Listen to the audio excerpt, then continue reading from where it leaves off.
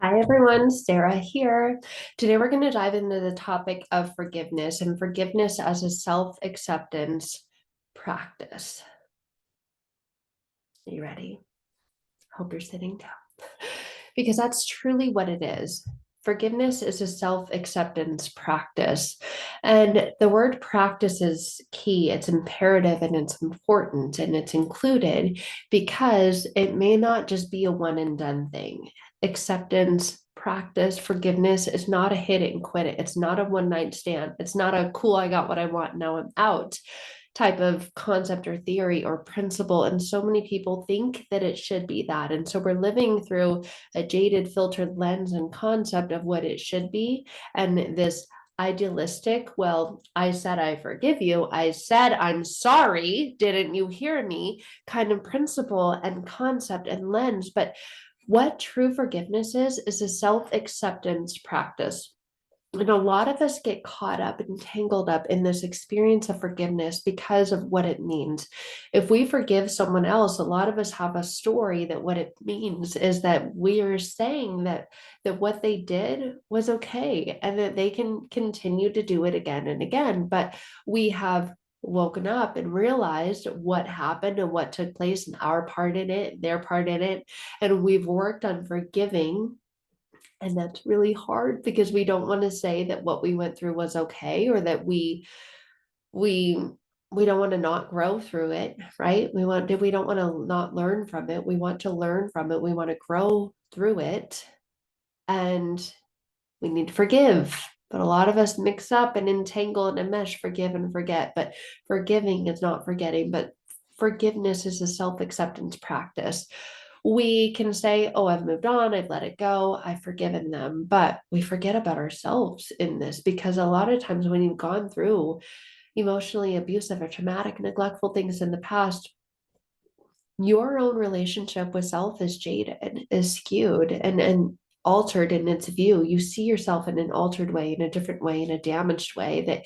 That words that you use to describe yourself are, I'm broken, I can't get through this, I'm riddled with anxiety now, I'm fueled by depression.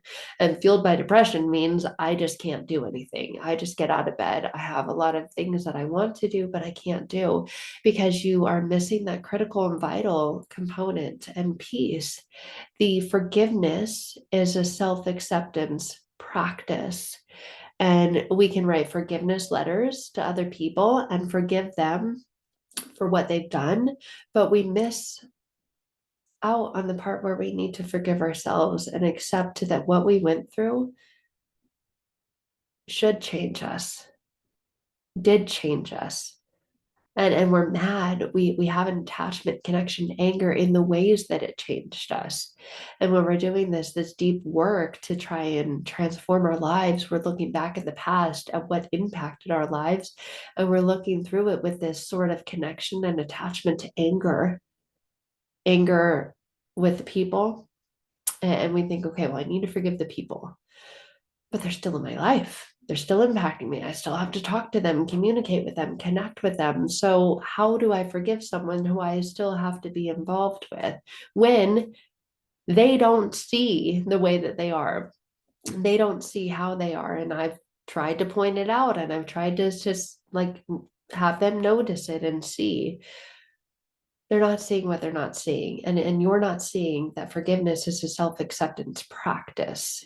It's a process, it's a practice of continuing to forgive yourself for the stories that you're telling yourself, continuing to forgive yourself for the own your own limitations and lack, those ones that you feel and you experience in your mind, those negative limiting stories that you speak over your life, that you declare over your life, that have become embedded as a part of your identity. Forgiveness is a self-acceptance practice and understanding this is here as a teachable moment, as an opportunity. This trigger has come up, has been revealed within me to activate something within me. And I've experienced this with myself and so many years of really getting into this and understanding this and its importance and its vitality, like the vitalness of it, of this is self-acceptance practice, this forgiveness. I forgive myself for pointing the blame at the other person and not taking a look at my own self in the mirror and saying, well, you should look in the mirror. Do you see what you did? Do you see that? And releasing that and allowing myself to process and go through the experience of these emotions until they're fully, completely processed and digested.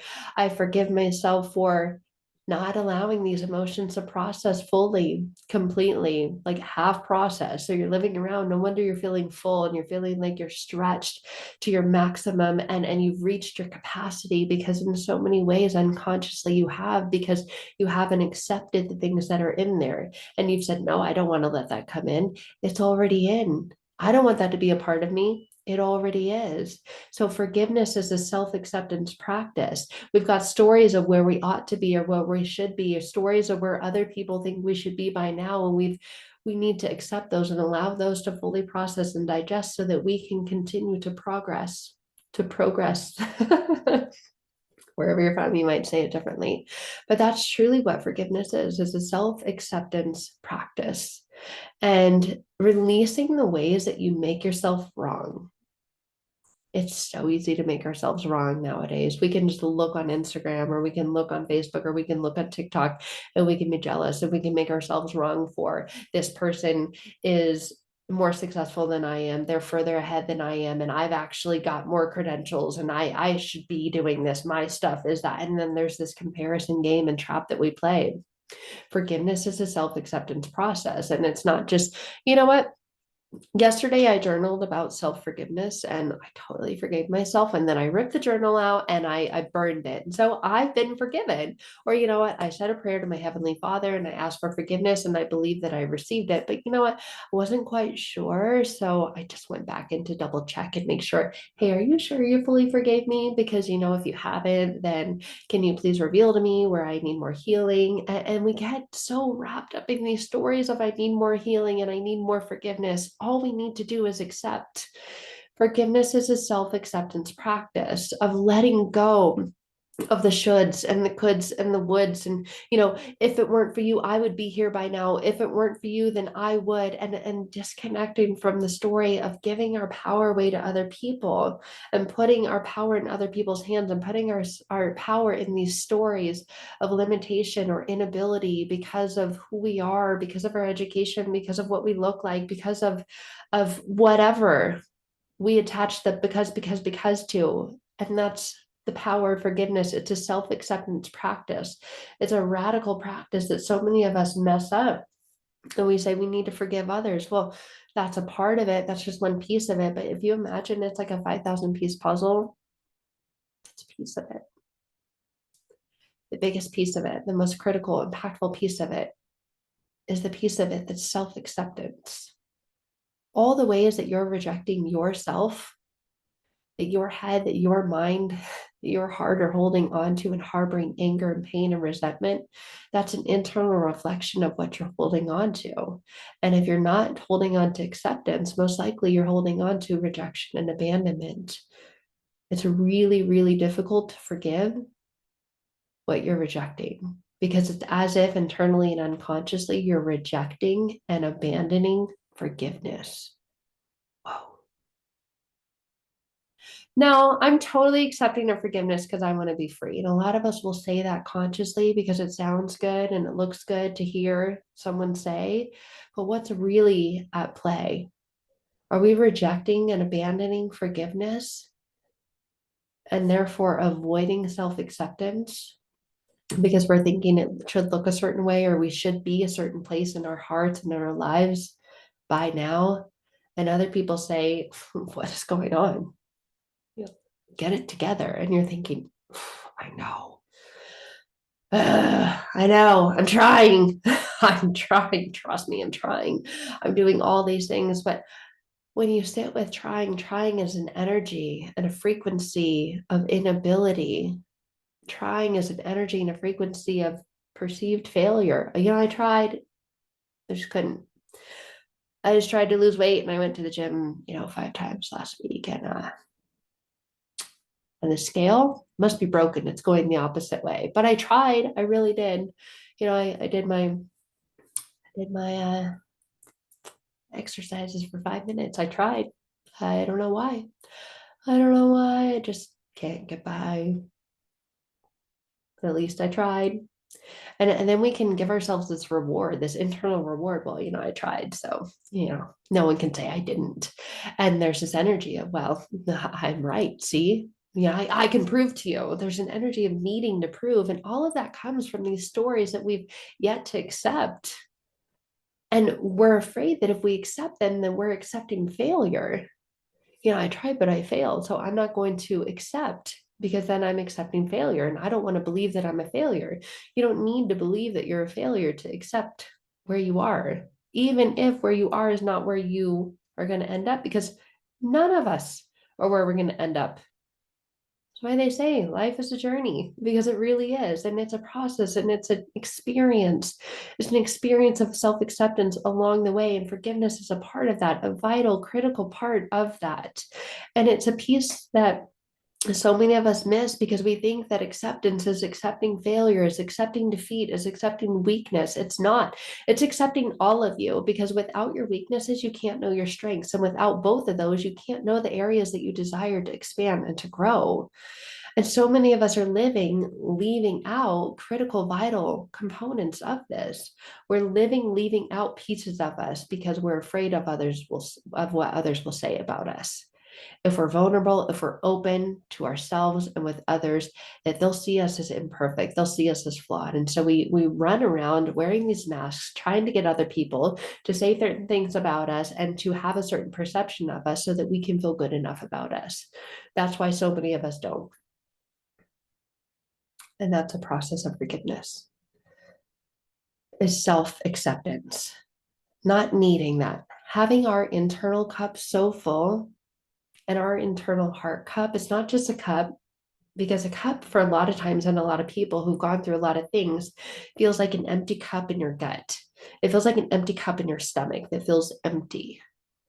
Your heart cup, because what is flowing out of your heart is what comes through your voice, is what comes through your mind, and it's all connected. We've got this internal filtering system, and a lot of us are filtering stuff through unprocessed emotion from the past, through unprocessed trauma that we're projecting out. So it's not really getting filtered, it's getting received and then bounces back out, because our cup is already to the max full of resentment and anger and pain. And so we're like, here you go, I can't take this. Here, mine's already full, I'm already at 100%, because we have lacked to forgive ourselves and accept those parts of us, and we reject those parts of us. We want to abandon them, we want to get them out as quickly as possible. We want to say, that's not me. But look what's revealed within our heart, because we haven't accepted that even if you've gone through things in the past that have caused pain, that have caused anxiety, that have caused feelings of overwhelm, that's not your identity. But we're mixing and matching things, and we're mixing and matching and saying, no, that is my identity. Look at me. Actually, don't. I can't even stand when people look at me. I can't even stand to look at me. That's a part of the process of forgiveness and self acceptance. And it's such a critical, vital, important part of living a truly aligned life, living the life that you were created to live, meant to live, destined to live. And so many of us are so deep in that hole that we feel like, you know what, there's not even a bottom to this cup. It's endless. It's an endless pit, almost like the endless fries that, what is that, Red Robin? Or endless spaghetti, endless pasta, endless salad. And those things are targeted, and those things are marketed out there in the world as good things. But when we experience them in here, they're not so good. They're not so great. And you can't really put a price on it. Like, endless fries for $7.99. And we kind of laugh at those things, but that's really what it's like. And that's really the thing that we want to get rid of. But if you're saying you want to get rid of that, well, I just want the acceptance piece. I don't want the forgiveness piece, because then that means I'm accepting that that was bad. A lot of us are living missing the whole point, and we're living feeling like we've got incomplete pictures. We've got some pieces, kind of know what it's going to look like when it's done. Maybe, I hope, I don't know. Do you have the box? Can I cheat? Can I look at the picture, please? And we want to cheat. We want a shortcut. We want a fast cut through life. We want to cheat through life because we want the outcome. We want the intended desire, because what we're really after is how we think it'll make us feel. But when you're living that way and you're living without the practice of forgiveness, or you've tried, but it really hasn't gone as deep as you know it needs to go, because you're missing the self acceptance component and piece, that critical, vital piece and part. Because you know, if you had the self acceptance, it wouldn't really matter what others said about you. It wouldn't matter what they said to you, about you, in front of you, behind you, beside you. You'd be okay with who you are. And above all, you would fully and completely love who you are and believe in who you are and trust that who you are is a lovable, good enough person. And you don't need to go out there and parade everything and try and make others feel bad because they've done you wrong. You can literally let that roll off. Let that be theirs because it is, and not take it on as yours, as another thing I need to forgive. You can get rid of that story and you can become living proof of your testimony that this is the way. This is the way for you. And it doesn't have to be that if someone else agrees or disagrees that you need to change it, because you're whole and you're complete as you are. But there are beliefs that there are missing pieces when in fact there aren't. But a lot of times it's accepting the pieces that are there that is the missing piece, but they aren't really missing. It's accepting that they're not. I'd love to connect with you. I would love to explore this with you if you're ready for this type of exploration. It's not for everyone because a lot of people are living in the beneficial space of having something to complain about, of having someone to project their stuff onto, of having someone to say, it's because of you that I can't, and keeping that connection and that relationship in their lives because that's the way that they know, and that's the way that's familiar to them. And what is familiar naturally tends to become comfortable, even though it's keeping them in so much discomfort and pain. But they can't see another way. And there is another way available to you, especially through the power of self acceptance, utilizing principles and strategies around forgiveness. And it's not through just writing a letter and burning it. It's so much more than that. It's so much deeper than that. And it's so much more personal than that. So I'd love to guide you with that if you're ready, if that's something you're truly looking for and desiring. You can find out more at sarahpicaro.com. And until then, I will see you guys next time. Bye for now.